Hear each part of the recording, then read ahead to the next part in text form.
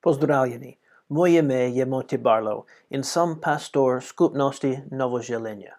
Vabim vas da si vzamete nekaj minut in si ogledate ta video. Če vam v pomoč, prosim, razmislite o spremljanju te strani na Facebooku, da boste ostali netekočim dodatnimi informacijami. Če mi želite kontaktirati, mi lahko kontaktirate z katerimkoli od te načinov. Kmalu se spet začnemo srečevati in radi bi se nam tedaj pridružite. Do takrat vas Bog blagoslovi in ostanite na varnem. Nasvidenje. Greetings, everyone. It's great to be back with you again. After seeing some comments about who we are and what we believe, as well as some comments about church in general this week on our Facebook account, I thought it might be helpful to take a break from the letter to the Romans and talk about what a biblical church should look like. Someone correctly pointed out that a biblical church is a group of people. It's not a building and it's not a denomination. It's not a belief system, though that is sometimes how we would use it. For example, I have said the Catholic Church before. And when I say those things, I do mean it in the sense of that set of teachings or that belief. The biblical definition of a church, though, comes directly from the Greek word that was used in the Bible. And that Greek word is ekklesia. And that word means an assembly of people called together for a purpose. And it was used in the context of citizens of a town coming together to accomplish some objective. So the biblical usage then would mean a local assembly of believers come together to accomplish God's purpose. And we're going to expand on that a little bit later. So there's lots of places that call themselves churches, and most of them disagree on their beliefs or their practices. So for someone on the outside, it can be very confusing. There must be some standard by which we can tell whether these beliefs or practices are actually legitimate or not, whether they actually represent God or not. Fortunately, we have the Bible. The Bible is that standard. It is God's word or His thoughts for us, and it has everything that we need to know about God's expectation of us. Therefore, it must be the basis by which we compare information about the church or whether the practices of a so-called church are actually correct from God's perspective. So, using the Bible as our guide, let's see what it has to say about a church. So when we start talking about the church, one of the first questions that people ask is, who started the church? Or when was it started? Well, the Bible is clear with us, and it explains that for us. When Jesus came to earth to be God's sinless sacrifice for our sin, He chose His disciples. You can see that in the Gospels. Those who would carry His teachings on after He was gone. These disciples were the first church. Now, I don't want you to trust me on that. Let's look at what the Bible has to say and see for ourselves what it has to say.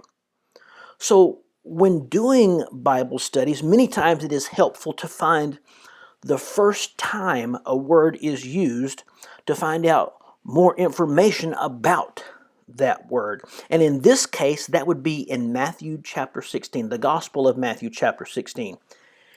And in this passage, Jesus, He has asked His disciples, who do you think that I am, from His perspective? And Simon Peter answers and says, "You are the Christ, the Son of the living God." And that comes from Matthew chapter 16, verses 15, 16, 17, and 18, where we're going to be looking at. This answer brings this response from Jesus in verses 17 and 18. He says, "Blessed are you, Simon, son of Jonah, because flesh and blood did not reveal this to you, but God did. And now I say unto you that you are now Peter." And the word that is used there is Petros, the Greek word that is used there, and that word Petros means a little stone. Then Jesus goes on and he says, "And upon this rock," and he chooses a different word there. He chooses Petra, which means a large rock. Jesus says, "I will build my church." Now at this point, Catholics will tell you that Peter here, Jesus is choosing Peter as the first pope, and that Jesus gave him the preeminence here. Wrong. We do not see that at all. And if that were so, why then, just 5 small verses later, does Jesus turn to Peter and call him Satan? Obviously, that's not what it means. The rock here, this Petra, the word that Jesus uses here, can't be Peter. It is my belief here that Peter's declaration, his statement that you are the Christ, the Son of the living God, that truth would be what Jesus would build his church upon.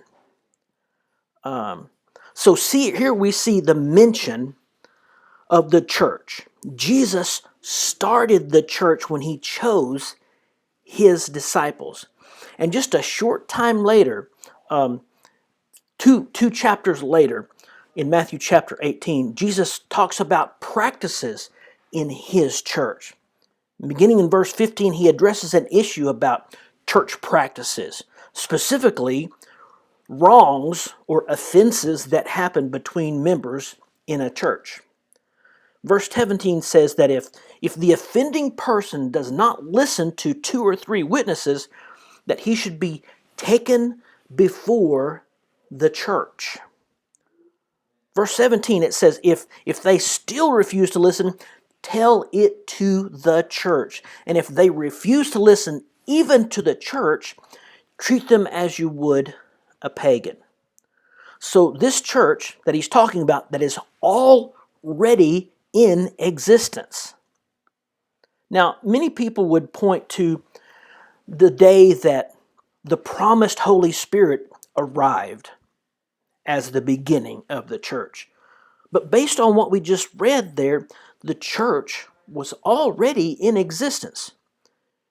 Furthermore, if you look at that event over in the Acts of the Apostles in Acts chapter 2, it was the day of Pentecost, which is 50 days after Passover. And it says that Peter preached a message here under the influence of the Holy Spirit. And then in verse 41 it says this, "They that gladly received his word," this message about Jesus coming to die for sins, who wants to be their Savior, after they gladly received this, they believed it, they trusted Jesus, they were baptized.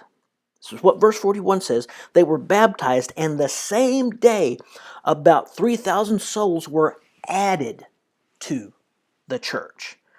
Now, for this to make sense, the church had to already exist. If you're adding something to it, it must already be in existence. It's a small point, but the truth is still very relevant that Jesus started the church. And since Jesus started the church, it makes perfect sense then that he is the head of the church. And this is exactly what the Bible tells us. In Ephesians chapter 1, verse 22, it says this. Ephesians chapter 1, verse 22, "And God placed all things under his feet and appointed him to be head over everything for the church." Again, the church is a group of people, not a building. Ephesians chapter 5, verse 23 says, "Christ is the head of the church, his body, of which he is the Savior."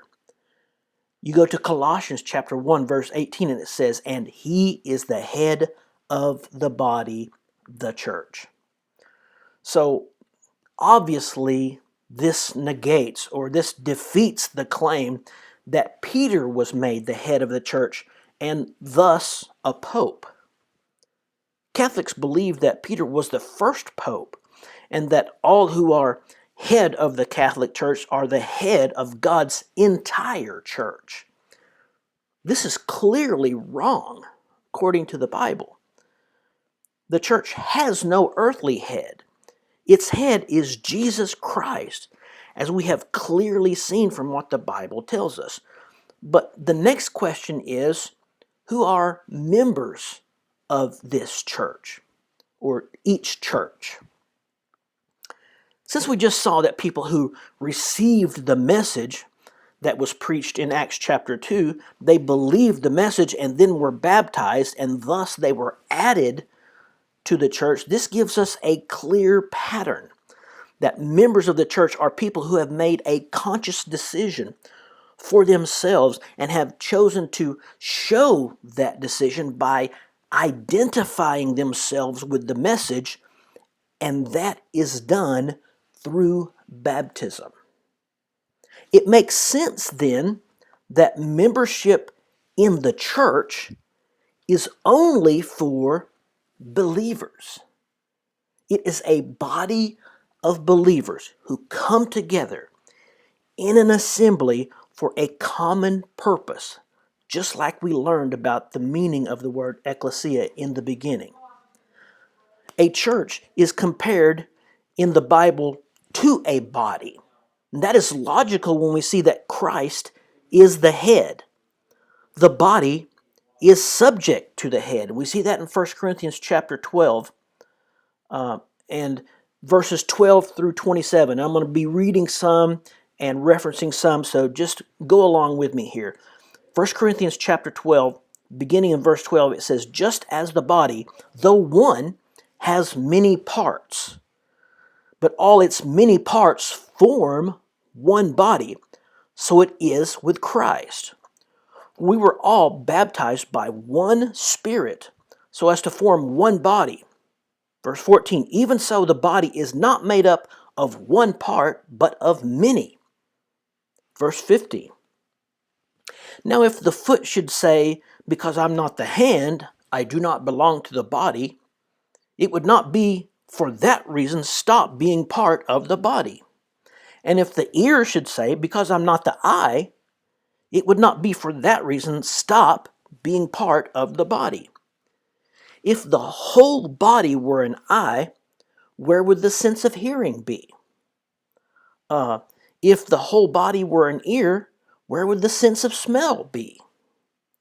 Verse 18, "But in fact, God has placed the parts in the body, every one of them, just as He wanted them to be.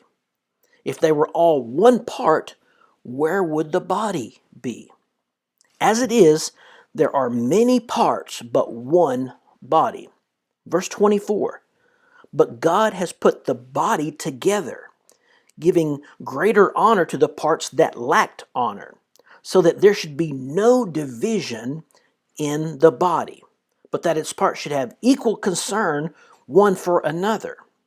If one part suffers, every part suffers with it. And if one part is honored, every part rejoices with it." Verse 27, now he's talking to the church there in Corinth. He says, "Now you are the body of Christ in that place, and each one of you is a part of that local body."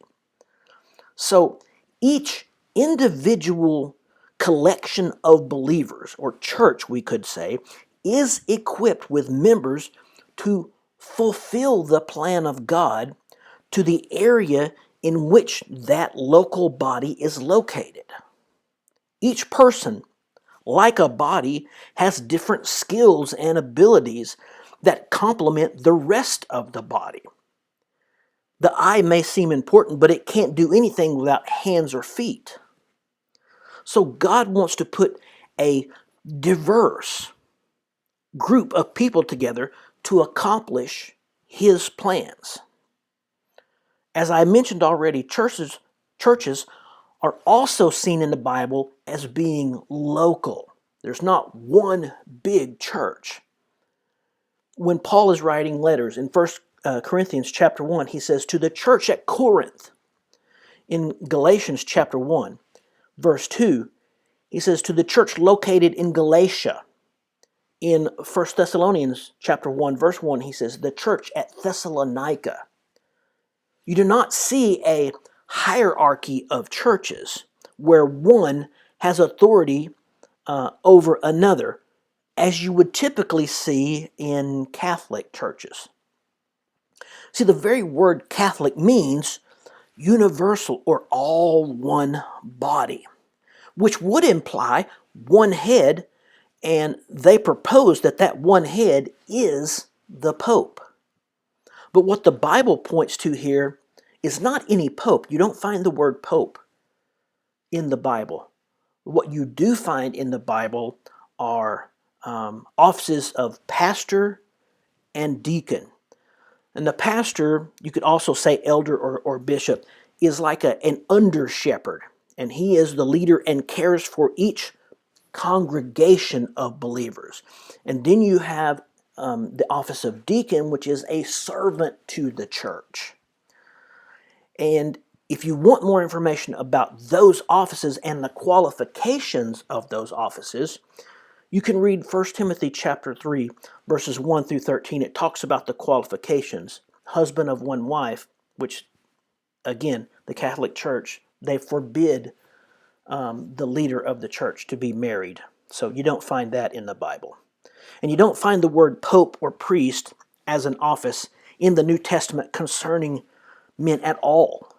What you do find about priests in the New Testament is that every believer is a priest and can take his prayers directly to God for himself. He does not have to take his prayers to another man or confess his sins to another man and ask forgiveness from that man. There is one passage that deals with the priesthood of all believers, and it is as follows. It says, you are as living stones, are being built up a spiritual house, a holy priesthood, to offer up spiritual sacrifices acceptable to God through Jesus Christ. But you are a chosen generation, a royal priesthood, a holy nation, his own special people, that you may proclaim the praises of him who called you out of darkness into his marvelous light. And that is 1 Peter chapter 2, verses 5 through 9. Old Testament priests were chosen by God, not self-appointed. And they were chosen for a purpose, to serve God with their lives by offering up sacrifices. The priesthood served as a picture or a symbol of the coming ministry of Jesus Christ. A picture after Jesus Christ came that was no longer needed because of his sacrifice on the cross completed the sacrificial system.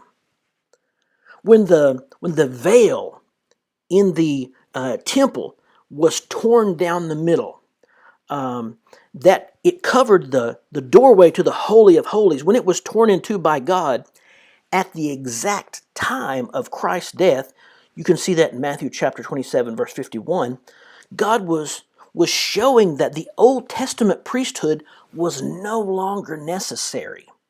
Now people could come directly to God through the great high priest, which is Jesus Christ. And so now there is no need for a mediator between God and man that did exist in the Old Testament. 1 Timothy chapter 2, verse 5 says this, for there is one God and one mediator between God and man, and that is the man Christ Jesus. He is the only mediator necessary to go between us and God. No other man. No man can go to God for us. So Christ, our high priest, has made one sacrifice for sin for all time. You can see that in Hebrews chapter 10, verse 12. And there is no more sacrifice for sin that needs to be made or can be made. But as priests, they once offered other kinds of sacrifices in the temple. So it is clear from 1 Peter chapter 2, verses 5 and 9, that God has chosen Christians to offer up spiritual sacrifices acceptable to God through Jesus Christ. So as I said in the beginning here, I wanted to talk about what is a biblical church, a church that is made after the pattern of the Bible. What makes a church a biblical church? I see a couple of things here. Here's the first question you have to ask about any church. Does its practices line up with the practices laid out in the Bible? Now, there are some practices that we clearly see according to the Bible in the New Testament. A member, said this before, is one who is a believer. They have trusted Christ alone for their salvation, and they have been baptized. And the purpose of coming together in an assembly, a community, is to preach, to teach, to exhort, encourage. It's to fellowship. It's to break bread. It's singing. There is a collection of monies for other churches, maybe churches in need. These are the practices that should be seen in the church, which are supported by the Bible. The second question to ask would be, are any of these practices that are currently in place in a church, are they against Bible teaching? So the first one I'd like to point out is baptism of babies. That is not found anywhere in the Bible. And the reason is babies can't make a decision for themselves. Confessions of sins to a priest. That is not found in the New Testament at all. The reason is we have a mediator that we take our sins to. And that is, again, his name is Jesus. A central head or a pope is not found in the Bible. The reason why is Christ is the head of all the churches. Something else you don't see, prayers to anyone other than God, not found in the Bible. Good works do not make anyone acceptable to God. Understand this, knowing for sure a relationship with God can be certain. You don't have to hope that you make it to heaven. You don't have to hope that your good outweighs your bad. 1 John chapter 5 tells us, these things have I written that you may know that you have eternal life. Now, these are just a sample of common, very important errors, I would say, in the Catholic Church. Now, let me be clear. There are other churches that have practices which are also contrary to clear Bible teaching. And I'm not going to mention every one of them. But when you become familiar with the Bible yourself, the teachings of the Bible, you will be able to very easily identify them yourself. The reason I point out the problems with the Catholic Church is because it is the most common church that most people are familiar with in Slovenia. And it has many practices which are introduced by man and are not supported by the Bible, and in fact go against what the Bible says. Listen to Mark chapter 7, verse 7. Mark warns about adopting practices invented by man. He says, "Howbeit, in vain do they worship me, teaching for doctrines the commandments of men." We certainly don't want to follow commandments of men. We want to follow the commandments of God, the teachings of God, the teachings of the Bible. Some practices that are in churches today are not spoken about in the Bible. And in those cases, each church individually has freedom to practice principles that maybe point toward characteristics of God, as long as they do not go against clear Bible teaching. So these are just a few things about a true biblical church. If you have questions about anything that I've said today, you've seen or heard, please message us.